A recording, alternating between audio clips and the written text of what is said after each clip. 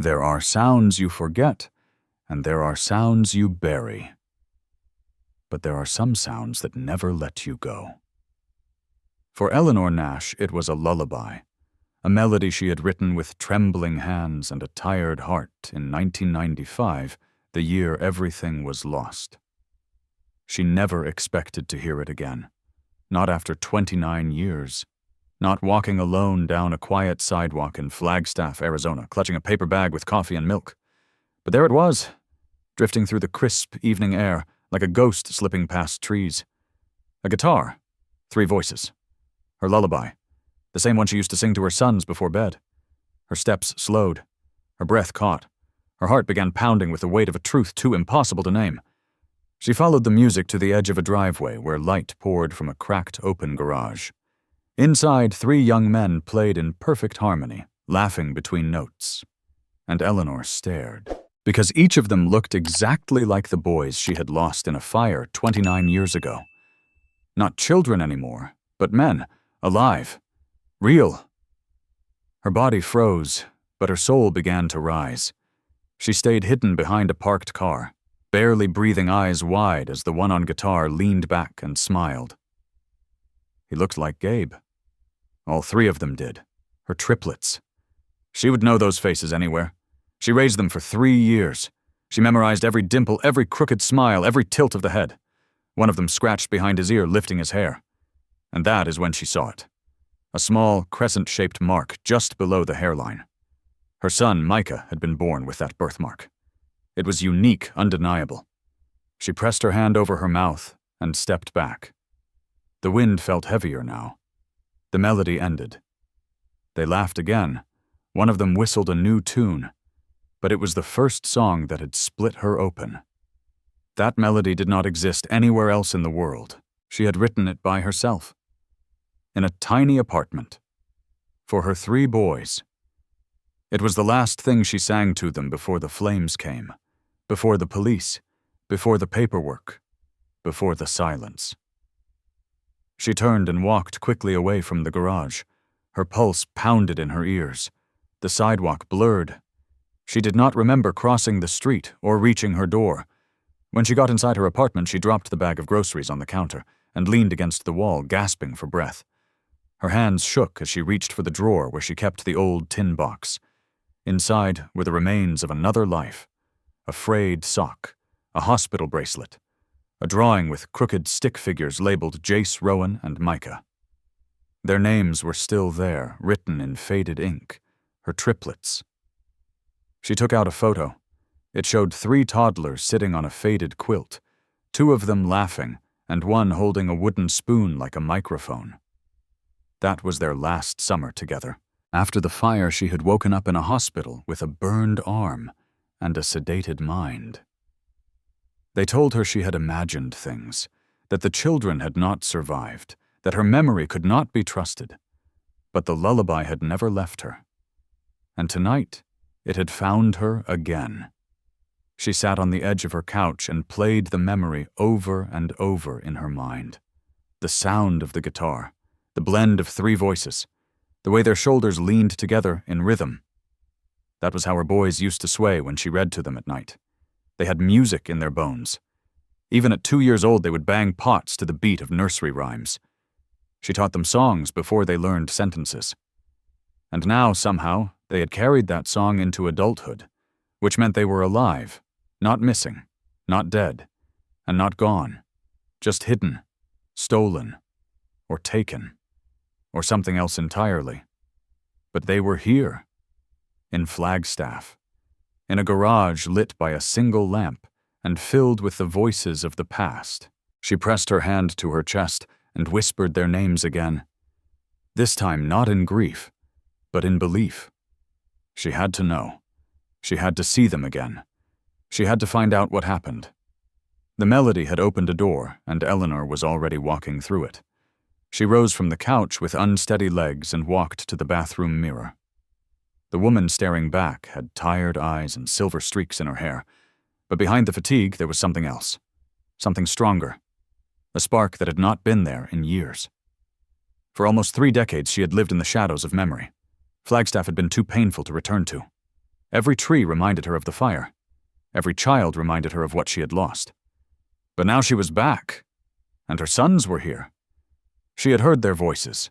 She had seen the mark behind Micah's ear. And she had watched the lullaby she created rise like smoke from a garage that should have meant nothing, and now meant everything. She knew better than to run straight toward it. There were too many pieces missing, too many questions left to rot for too long. But the first step had been made. A song had found its way home, and Eleanor Nash would follow it no matter how far it led her into the past. The next morning, Eleanor left her apartment with purpose. The sun was rising slowly over the San Francisco peaks, casting gold and lavender over the rooftops of Flagstaff. She walked with her eyes wide open, paying attention to every bulletin board, every telephone pole, and every cafe window. She knew the boys would not be far. The garage was only 5 blocks from the university and close to the main strip where musicians often played during weekends. It did not take long before she saw it. A hand-drawn flyer taped to the window of a small diner called Hartley's Corner. The paper was white, curled at the edges, and had bold blue marker strokes across the top. It read Saturday night at 7, live music, Jace Rowan and Micah Lark. The names were handwritten, but the handwriting was precise, neat, confident. Her heart jumped. It was not just the first names, it was the last one. Lark, a name she had not heard spoken in public in almost 30 years. Her hands trembled as she reached for the door of the diner. She stepped inside and sat at the counter as though the floor beneath her could give way at any second. A waitress with tired eyes and a messy bun approached and poured her coffee without being asked. The smell was comforting and reminded Eleanor of all the hours she used to work behind counters just like this one. She stirred her coffee slowly, then nodded toward the flyer taped inside the glass. The waitress smiled and said the boys were local favorites. She said they played here every weekend and that they usually packed the place. Eleanor asked if they were brothers. The woman shook her head and said they were cousins. She said they were raised together by their uncle after their parents died in a house fire. That sentence rang inside Eleanor's ears like an alarm. It was her fire, her home, her loss. The same night that had swallowed everything in smoke and fear. She sat in silence as the waitress poured coffee for another customer. No one had ever found bodies in that fire. The official report had listed the children as missing, presumed dead. Now, nearly 3 decades later, these boys were alive. They were living and playing music under the name Lark, Peter Lark's name. Eleanor pulled her coat tighter around her as she stepped back outside. Her fingers were cold despite the sun. She walked around to the back of the diner and stood near the alley where the kitchen door opened. Workers came and went. At one point she saw Rowan step outside with a guitar case slung over his shoulder. He looked exactly like Gabe had at 25. He wore a loose flannel shirt and worn jeans, and his hair fell in waves that caught the light. He took a drag from a cigarette and leaned against the brick wall. Eleanor turned away before he could see her. She walked quickly, her thoughts swirling. The name Lark confirmed everything. She remembered Peter standing outside the hospital with a clipboard and a calm expression telling her that the children were gone, that Gabe had passed, and that it was time for her to rest. That was before she was transferred to the mental health facility. That was before she was given medication that dulled her into forgetting. She had not forgotten. The truth had simply gone quiet, waiting to rise again when the time was right. By late afternoon, Eleanor returned to her apartment and sat at the table with her old notebook. She flipped through the pages, scanning the notes she had taken during her years away. She had kept track of every lead, every conversation, and every place she thought they might have gone. She had searched through adoption records, school registries, even local newspapers for any sign of her boys. But Peter had been careful. He had buried their names deep enough to keep her wandering without answers. Now the truth had surfaced. Jace, Rowan, and Micah were not cousins. They were brothers. They were triplets. And the story about the fire was not complete. Someone had hidden them and rewritten the narrative. Someone had told the world they were dead. But the world had been wrong. Her sons were not gone. They had just been renamed and raised under a different story. She closed the notebook slowly and placed it back into the drawer. Her fingers brushed the photograph again, the one from before the fire, when they had all been together on a patchwork blanket under a sycamore tree. As the sun dipped behind the mountains, Eleanor stood by her window and watched the first stars appear. Her breath fogged the glass as she whispered their names again. Her boys had not known her voice in years. They had grown up calling someone else family. But they were close now, not just in geography, but in memory. Rowan remembered the porch swing. Micah still wore the birthmark behind his ear. Jace played the melody she wrote when no one else even knew it existed. These threads were coming together, pulling her closer to something she never thought possible. The name Lark had once signaled the end of her story. Now it marked the beginning of a return. Eleanor had found the first proof she needed. She would not rest. She would not let it slip through her fingers again. She would return to the diner Saturday night and see them under the stage lights. She would sit in the back and let the music speak louder than words. They would not recognize her. Not yet. But she would be there, and she would not look away.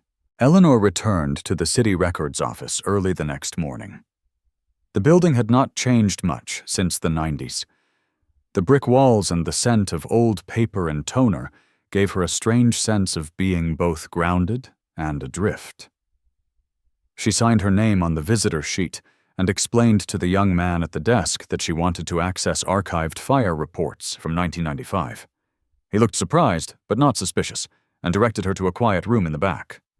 Inside, shelves lined the walls, and beige file cabinets stood like silent guards to decades of tragedy and documentation. She searched the drawers labeled with the year and flipped through tabs until her fingers paused at March. There it was. The file was thin, more fragile than she expected. The date matched. March 3rd, 1995. Her house. The official report said the fire was caused by faulty wiring. It claimed 3 children had been inside. It said no bodies were recovered. She traced the line with her finger. The words were typed, but emotionless. Then she saw the note. Handwritten in faded ink at the bottom corner. Children removed under emergency custody order. Case 117B. Her throat tightened. She knew what it meant. The fire had not taken her sons. Someone had. The note was brief, without explanation, without legal seal. It looked like a quick addition something slipped in at the last minute. She pulled a pen from her purse and copied the case number in the margin of her notepad. Case 117B. She needed to find that record next. She returned to the desk and asked if she could request the case file. The clerk checked the system, typed slowly, and then frowned. He said there was no digital record. She asked about the physical copy. He paused and said the file had been marked closed within 1 week of its creation. Eleanor felt the air shift. Closed in a week. That was impossible. Custody cases did not close in days, especially not ones involving missing children.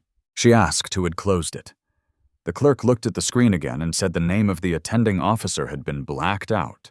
The signature was illegible. It was as if the case had been deliberately buried. A dead trail. No court hearing. No custody battle. Just silence. She left the records office with her heart thudding in her chest. The wind outside had picked up. Pine needles skittered across the pavement like whispers. She stood under the shadow of a rusted metal awning and pressed the paper against her coat to keep it from flying away. Case 117B was her new anchor. She walked down the street toward the county courthouse. The entrance had been renovated, but the bones of the place remained the same. She stepped inside, her boots echoing on the floor. She asked the receptionist where old custody case files were stored. The woman behind the glass gestured to the second floor and handed her a form to request access. Eleanor filled it out and waited. An hour passed. A man in a gray sweater called her name and led her into a back room. The cabinets here were labeled by year and case type. Together they searched. When they reached the 1995 section, Eleanor felt the heaviness settle in again. But the case number was not there. The man looked confused. He said that sometimes cases got moved to legal archives in Phoenix. She asked if he could confirm. He nodded and wrote down a number to call. Back in her apartment that evening, Eleanor sat on the couch with the receiver pressed to her ear. The phone on the other end rang for a long time before someone picked up. She explained the situation. She gave the case number. The woman on the other end paused and said the file had been transferred, but was later destroyed in a records purge during early 2000. Eleanor gripped the phone harder. She asked if any duplicates remained. The woman said no. She apologized and hung up. Eleanor sat in silence, staring at the wall. It was no accident. Someone had gone to great lengths to erase every trace of what happened. First the fire, then the false report. Now the case file was gone. Closed and shredded under an administrative code that meant nothing to her, but everything to someone who had wanted to keep the truth hidden. She reached for her notebook and circled the number again. Case 117B. She drew a line under it, then she added a second line. She was not going to stop. She was not going to walk away from the second proof that someone had taken her sons and covered their tracks. Later that night, she took out her folder of newspaper clippings. Most were yellowed, the edges brittle. One small article caught her attention. It mentioned the sudden death of Gabriel Nash, her partner, and the father of her boys. It said he died 2 weeks after the fire, in an incident that police ruled as accidental. The article was brief, with no details. Just another disappearance into official language. But Eleanor remembered it differently. She had been told he crashed his truck off a canyon road. But Gabe knew those roads like the back of his hand. He had worked delivery jobs for years. She remembered how she asked to attend the burial, and how she was told it was private. No family, no service, no closure. Her hands began to shake again. The sequence was becoming clear. The fire, the removal of her sons, her hospitalization, Gabe's death, all within days, all under silence, all connected. And now, after almost 3 decades, she had a name again, a place, a face. Her boys were alive. Their music had reached her.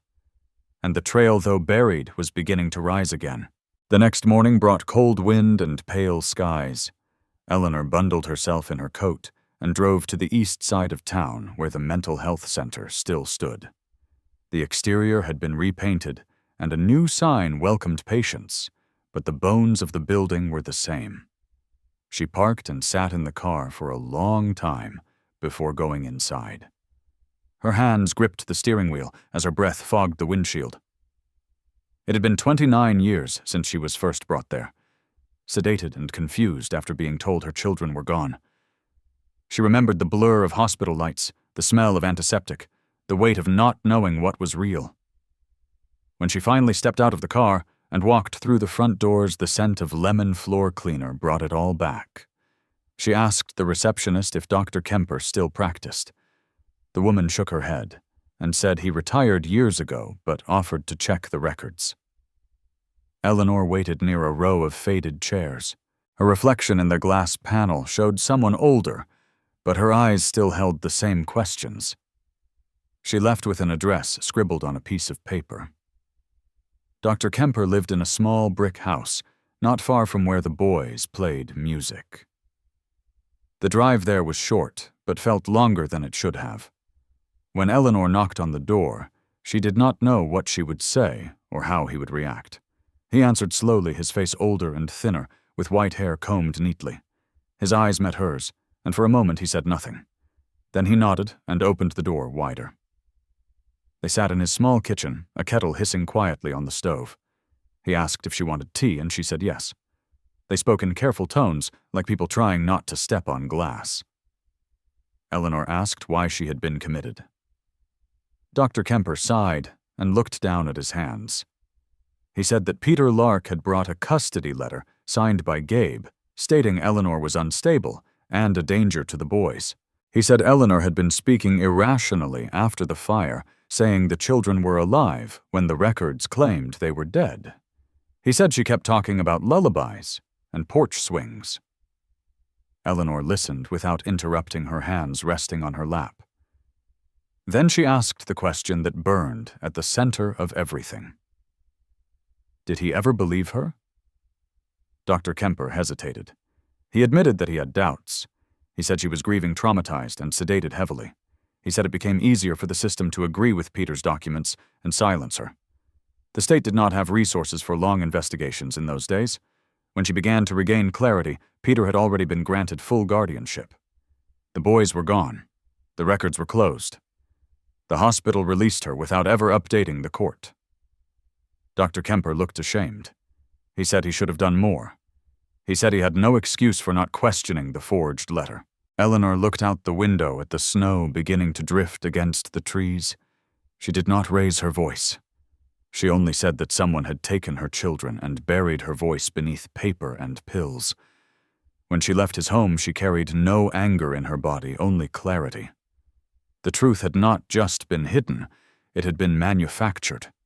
Her hospitalization had not been medical necessity. It had been legal strategy. Peter had orchestrated every piece. He had used the fire, the grief, the confusion, and the silence of systems that failed to listen. Eleanor returned to her apartment and sat on the floor with her photo albums spread across the rug. She placed a photo of herself at 28 next to a photo of her boys at age 3. The resemblance between her and Micah was more visible than she remembered. The tilt of Rowan's eyebrows. The way Jace smiled without showing his teeth. These were not dreams. These were memories. And they had been stolen. She pulled out a blank notebook and began to write down everything Dr. Kemper had said. Every word mattered now. Every detail counted. By nightfall, Eleanor opened her bedroom closet and pulled out a plastic container filled with old receipts and scraps from her former life.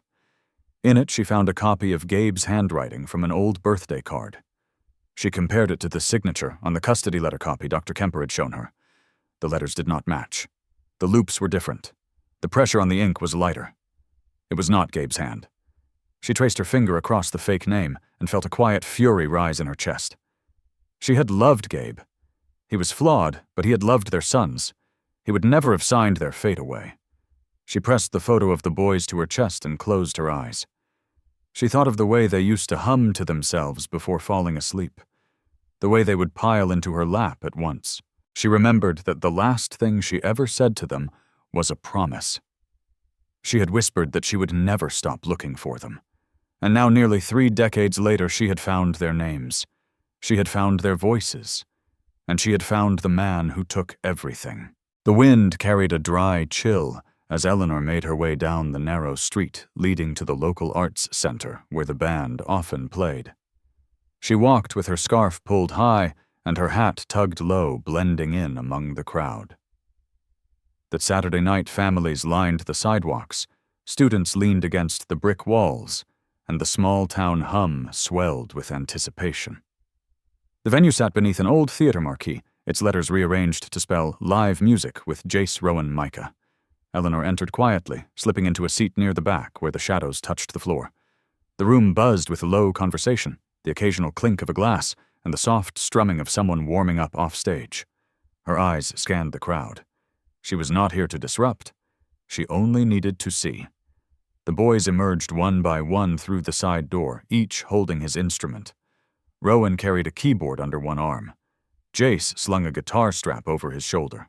Micah set down a percussion box and smiled wide as a friend waved from the front row. Eleanor's chest ached with recognition. They were whole. They were alive. And they were about to play songs that would tell her more than words ever could. As the first chord rang out through the wooden rafters, Eleanor felt her hands begin to tremble. The melody was simple, haunting. It rose slowly, and the room fell quiet. Rowan pressed the keys like he was remembering something rather than inventing it. Jace sang low with a grit that came from somewhere deep, and Micah's rhythm carried a steady heartbeat beneath it all. She listened closely. She leaned forward. The lyrics were unfamiliar to most in the room, but to her they echoed a cradle song she used to hum. Her voice had once filled their small kitchen while she stirred oatmeal and waited for sunrise. Now it poured back into the world through their mouths. The music had found its way home, even if they had not yet recognized her. The set continued. Eleanor remained seated, watching the small glances they exchanged between songs. Micah laughed at a mistake on his drum. Jace winked at Rowan during a transition. These were the things only a mother would notice. Not the notes, but the pauses. Not the lyrics, but the looks. After the show, the crowd filtered outside. Eleanor stayed seated while the boys gathered cables and shook hands with friends. She finally stood and moved toward the back hallway, where a table held flyers and a jar labeled for tips. She dropped a folded 20 inside and picked up one of the papers. It listed upcoming shows and a short bio. It said the boys had grown up just outside of Flagstaff, raised by their uncle, after losing their parents in a house fire. She read the line again. The fire, their supposed death. The same lie now printed on promotional material for local entertainment. She looked up and caught a glimpse of Micah coming around the corner with an empty crate. He nearly bumped into her and offered an easy smile. His eyes lingered for a second longer than necessary. Eleanor nodded and said, "Good show." He said thanks and moved past her. His voice still carried the soft echo of Gabe's tone. The shape of his mouth, the way he scratched behind his ear, when thinking it all pulled at her memory. Later that week, Eleanor returned to the venue for a midweek poetry night. The space was smaller and the music softer, but she noticed Jace sitting near the back, alone. No guitar, just a beer and a notebook. She approached slowly, careful not to disrupt his thoughts. She asked if he came here often. He looked up and smiled politely. He said he liked the quiet during weekdays. She said the music on Saturday was beautiful. He thanked her, then said something unexpected. He said he always remembered a woman in red who used to hum while flipping pancakes. He laughed and said it sounded silly, like a dream. Eleanor's breath caught in her throat. She said memories were often dreams waiting to be confirmed. He nodded and said sometimes he felt like there was more to his childhood than Peter ever told them. He said he dreamed about porches and swing sets that no longer existed. Eleanor said maybe they did once. Then she said goodbye and left him at his table. She did not want to push too hard. Not yet. But the door had cracked open. She returned to her apartment that evening and sat with her hands in her lap. The boys were beginning to remember, not through logic, not through confrontation, but through something deeper. Music had stirred it first, then the quiet moments, the dreams, Rowan's melody from the stage, Micah's quick glance in the hallway, Jace's recollection of a woman in red. These were not accidents.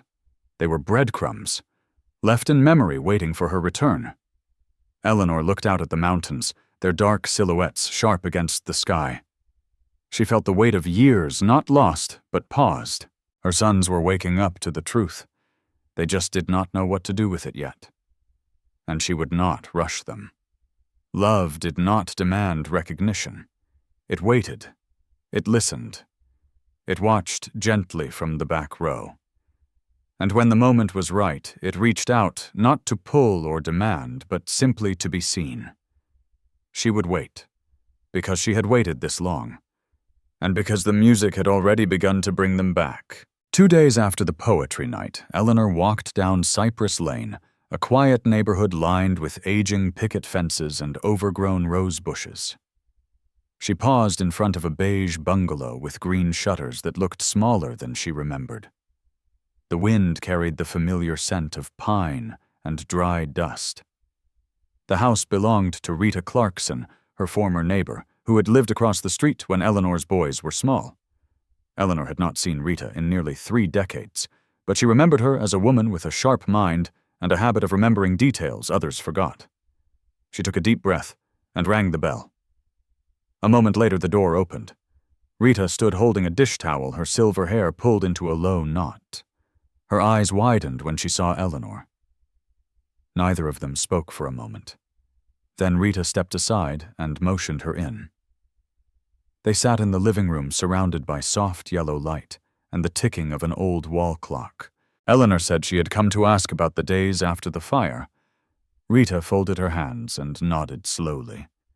She said there were things she had never spoken aloud, things that had not made sense until now. Rita leaned back in her chair and said she remembered the morning after the fire clearly. She had watched emergency crews comb through the ashes and had been told the children were never found. The neighborhood had grieved. Everyone assumed the worst.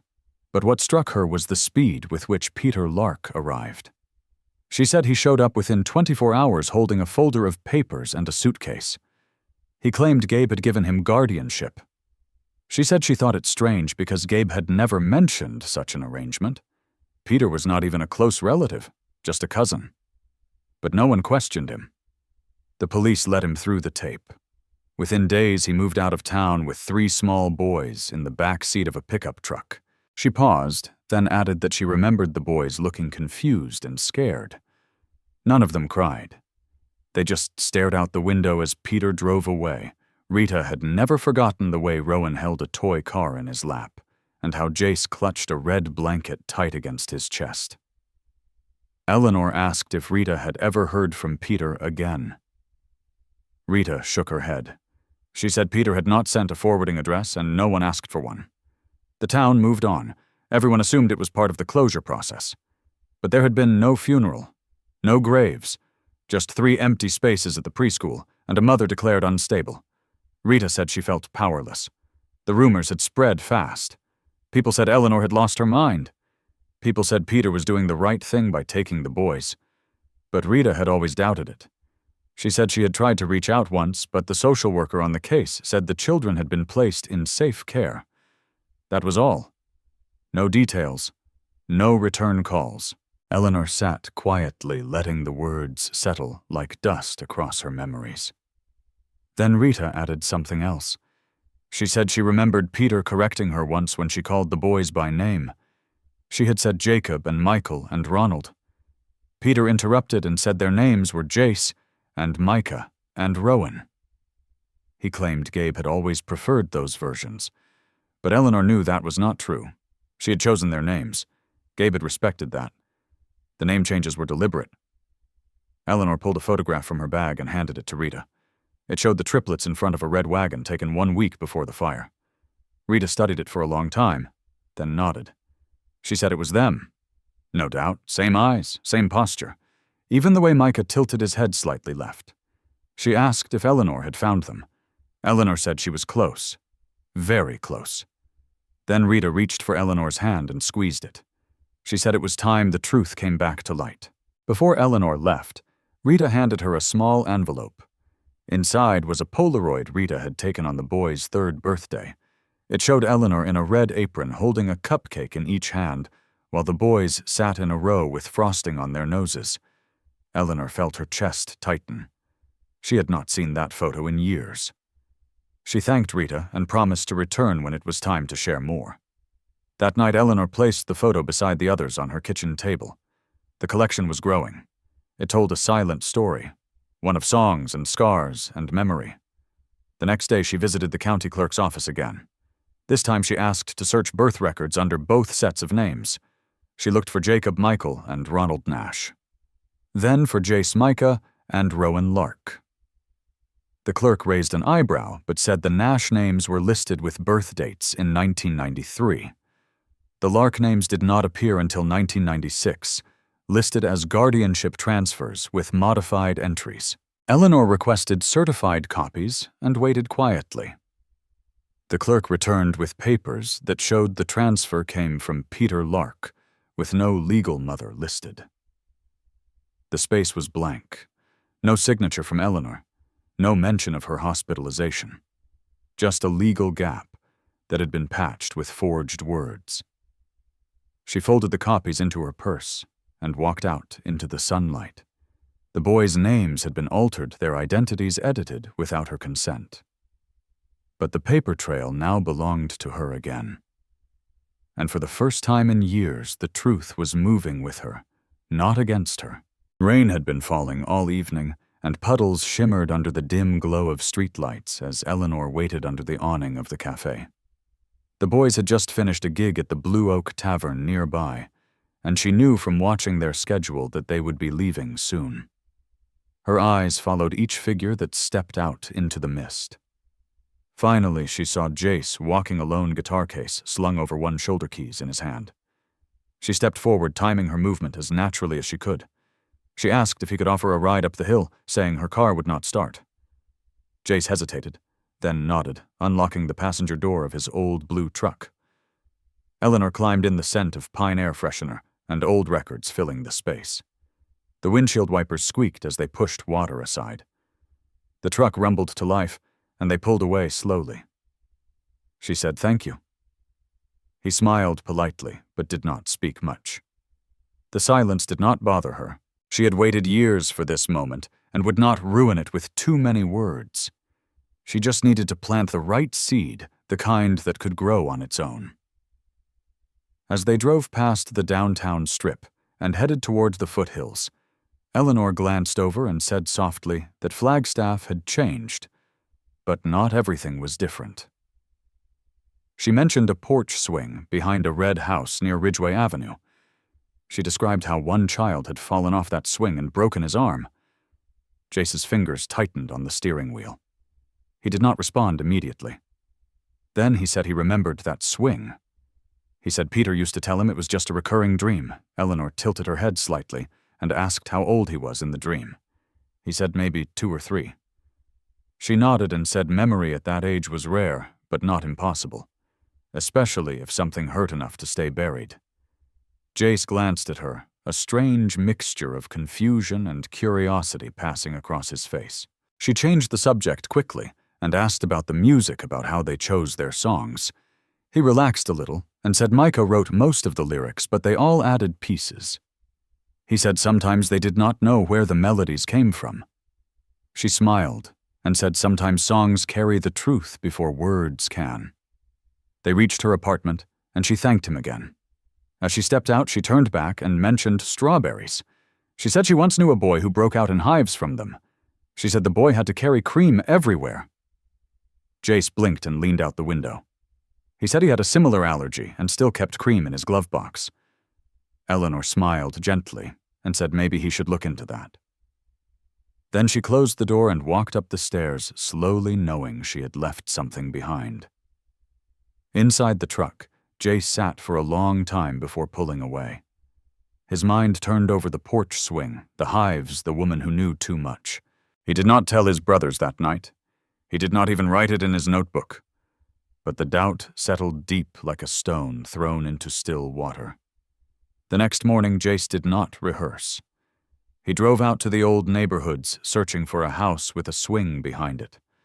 Most were repainted or remodeled, but near Ridgeway he saw it. A faded red house with a cracked sidewalk and an empty frame where a porch swing used to hang. He parked and walked the sidewalk slowly. He could almost hear the creak of chains, the smell of fresh cut grass, the feeling of wind in his face. He stared at the spot until a curtain moved in one of the windows. He turned and walked quickly back to his truck. Back at home, he sat in the kitchen with Rowan and Micah and asked if they ever remembered things from before Peter. Rowan said no. Micah shrugged and said sometimes he saw flashes like someone singing or a kitchen full of light. Jace nodded slowly. He said maybe it was nothing. Maybe it was just dreams. But part of him knew it was more. That night he took out the photo Peter kept hidden in his drawer. It showed the 3 of them at age 3 sitting in a wagon. No adults, no background, just them. He studied his own eyes in the picture and saw something that had not changed. He called Peter the next day and asked where they had lived before the current house. Peter said different places. He said they moved a lot. Jace asked if they had ever lived on Ridgeway. Peter hesitated, then said maybe for a month or 2 when they were very young. Jace hung up and stared at the wall for a long time. The cracks in the story were no longer small. They were wide enough for truth to slip through. He picked up his guitar but did not play. Instead, he went back to the kitchen, poured a cup of coffee, and began writing down every memory that felt out of place. A woman in red, a porch swing, the smell of pancakes, the word Nash. a different last name. These were pieces that no longer belonged to the lie. They belonged to him. He just did not know what to do with them yet. But he knew he could not ignore them anymore. On a bright Sunday morning, Eleanor stood at the edge of the old gravel lot near Kaibab Overlook with a picnic basket in hand. The breeze carried the smell of sage and juniper through the canyon, and above her the clouds moved slowly across the Arizona sky. She laid out a faded blanket near the low stone wall that bordered the drop. The rock face curved in a familiar arc, the same place where she had once brought her sons when they were toddlers. She remembered sitting here with them, feeding them apple slices, showing them how to toss pebbles into the endless space below. The boys had carved their initials into a rock nearby with a spoon she forgot to pack out. She found the carving still faintly visible, worn by sun and time. This was the place. She had invited all three to meet her here. It had taken weeks of quiet conversation and gentle questions. She never said who she was, only that she had something to show them. She waited with her hands resting in her lap, and her eyes on the curve of the trail leading up from the road. The wind shifted. Footsteps crunched gravel. Then 3 voices approached. Micah arrived first, carrying a canvas backpack and wearing his usual dark jacket. Rowan followed close behind with a water bottle and a puzzled expression. Jace walked silently, his gaze flicking between the landscape and Eleanor. She greeted them calmly and offered to share lunch. They hesitated for a moment, but joined her on the blanket, sitting cross-legged in a rough circle. She passed out sandwiches wrapped in wax paper and poured lemonade into paper cups. Conversation started light. They talked about the last gig, the broken amp, the new chord progression Micah was working on. But Eleanor slowly guided the conversation toward childhood. She asked about their earliest memories. Rowan said he remembered a blue bowl he used to eat from. Micah said he dreamed of a dog named Copper who ran in circles in a fenced yard. Jay said he remembered climbing into a red wagon and being pulled down a dirt path. Eleanor listened closely, her heart tightening with each detail. She reached into her basket and pulled out a photograph. It showed 3 toddlers sitting on a blanket at this very overlook.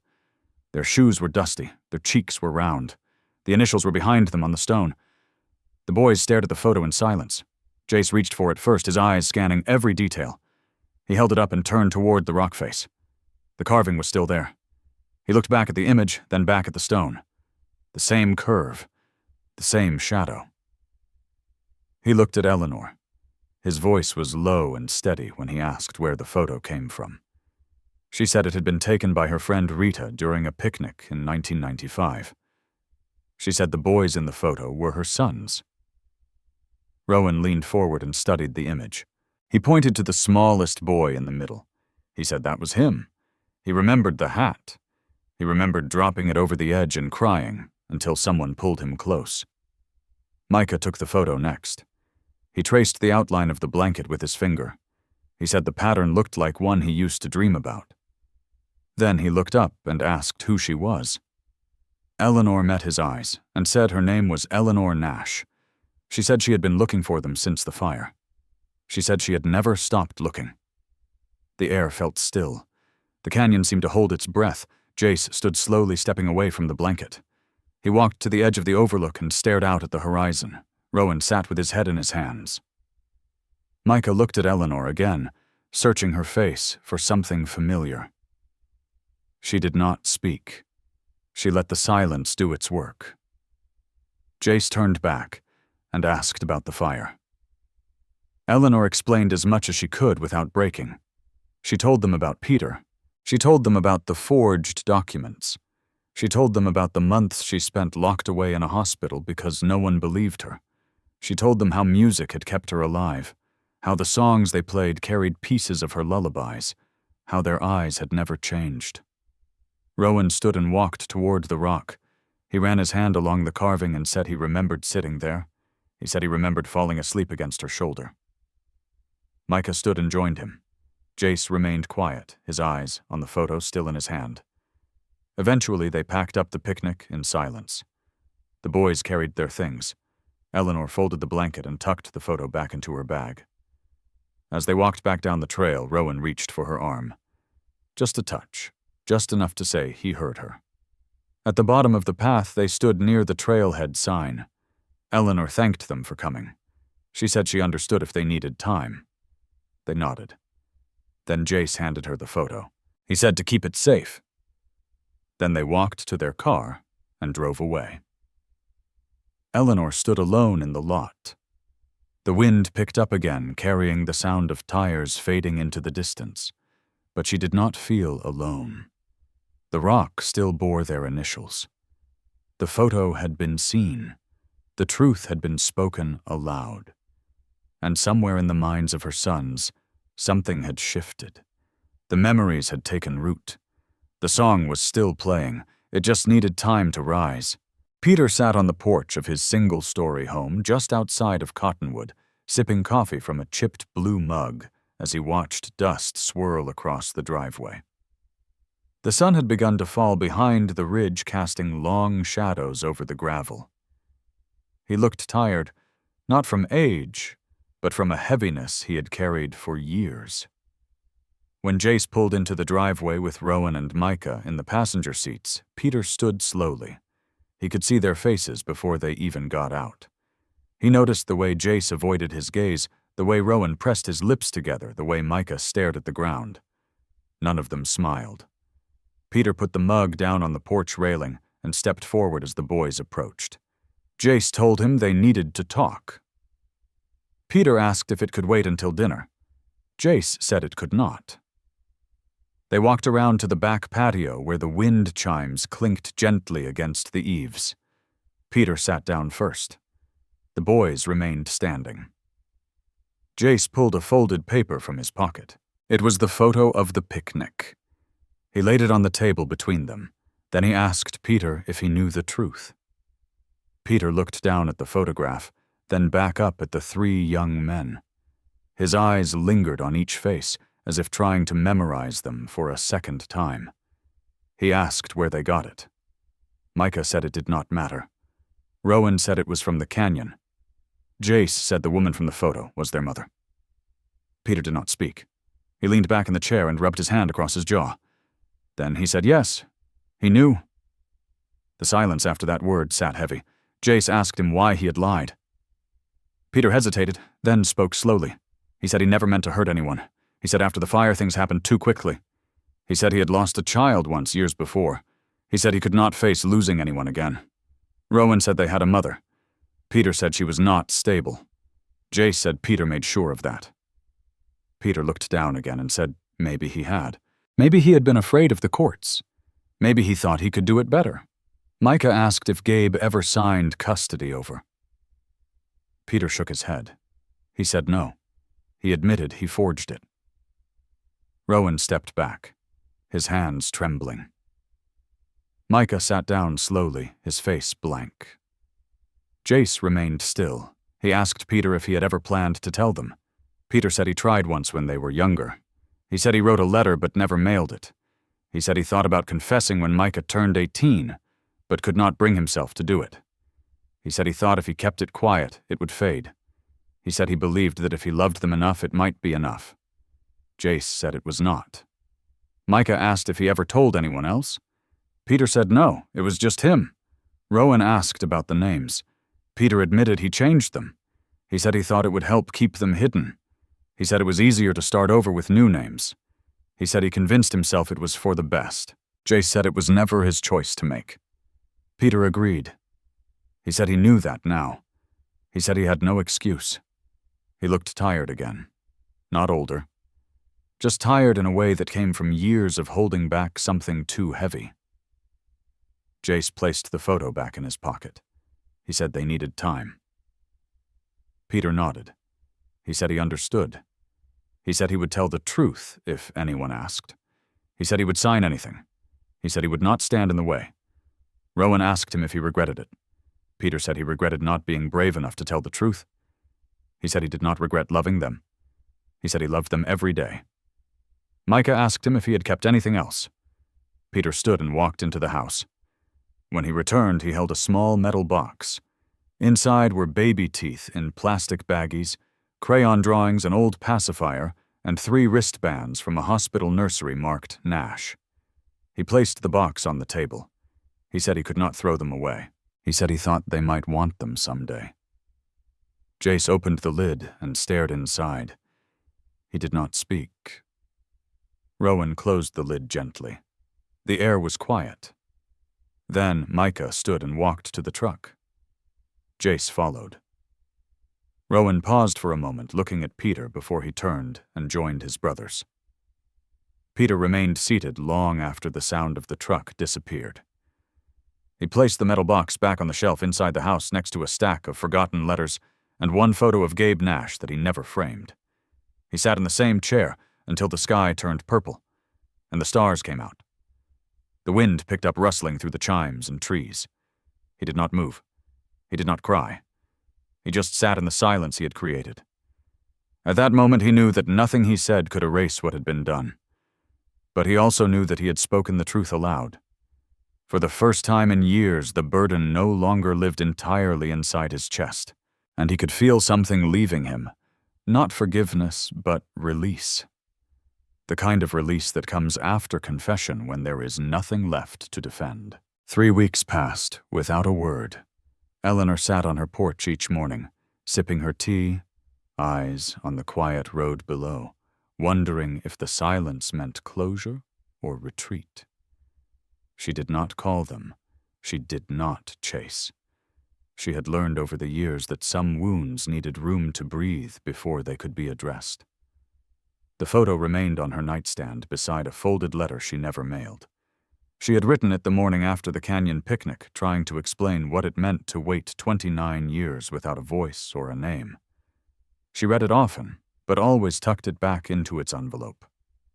On a Monday morning when the sky was clear and the breeze came gently off the mountains, Eleanor heard tires crunching gravel outside her small apartment. She stepped to the window and looked through the blinds. The truck was parked crookedly, still humming. All 3 of them stepped out together. Rowan held a thick envelope. Micah carried something wrapped in cloth. Jace walked ahead, hands in his pockets, his shoulders stiff, but his face focused. Eleanor opened the door and stepped onto the porch as they approached. They stood silently, each waiting for the other to begin. Rowan stepped forward first and handed her the envelope. Inside were faded photographs, torn edges, and a familiar scent of old cedar. Eleanor recognized them immediately. Baby pictures. One she thought had been lost forever in the fire. One showed Gabe holding all 3 boys on the couch in their first Christmas sweaters. Another showed Eleanor herself seated on the floor with a toddler on each knee, and the third pulling at her apron. She held the photos to her chest and closed her eyes. When she opened them again, Micah was placing the cloth-wrapped item on the porch rail. He unwrapped it carefully to reveal a notebook with worn corners and a brown leather cover. He said they had found it in Peter's attic, tucked behind insulation. Inside were her lullabies, written in her handwriting. They recognized the lyrics. They had played those tunes without knowing where they came from. Jace reached into his coat and handed her a printed document.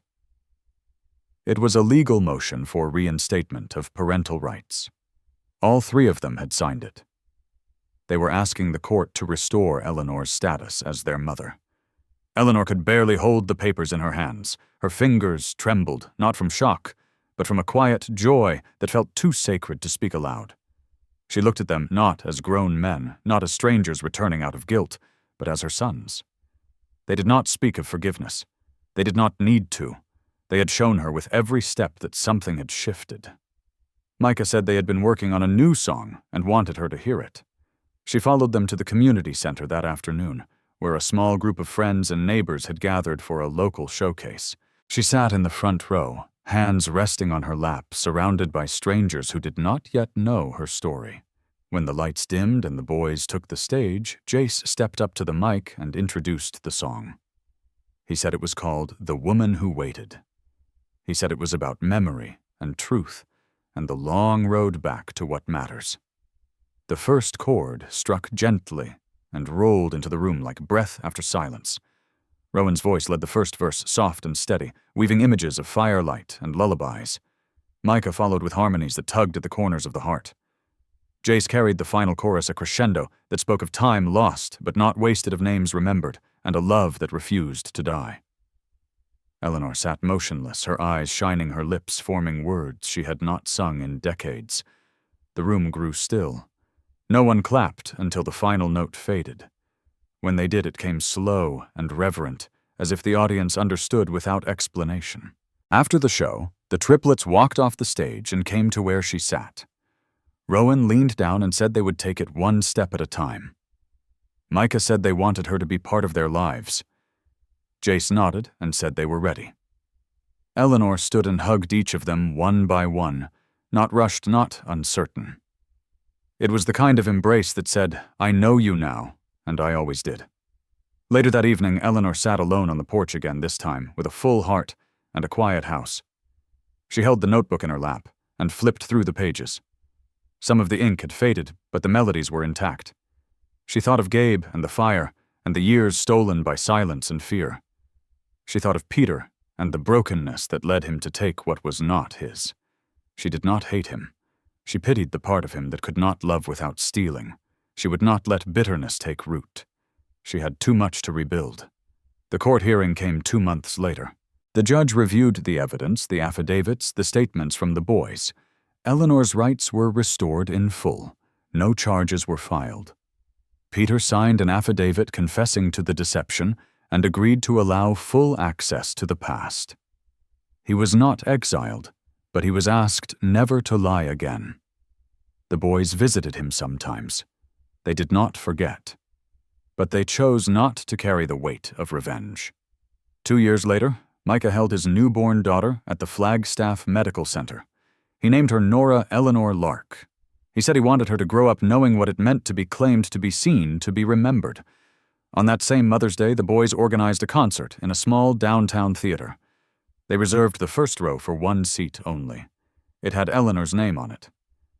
The curtain rose and the lights fell, and the music began. The audience leaned forward, drawn in by chords that carried decades of longing.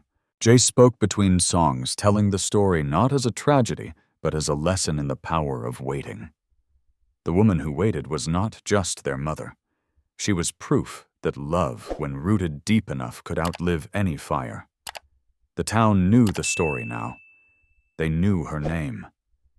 And when the final note played, the applause rose not just for the band, but for the mother who kept the melody alive when no one else was listening. If this story moved you in any way, take a moment to like the video and subscribe for more powerful narratives like this. We want to hear from you. What did you think about the plot and how it unfolded? Where are you watching from today? Share your thoughts in the comments below. Your voice matters here.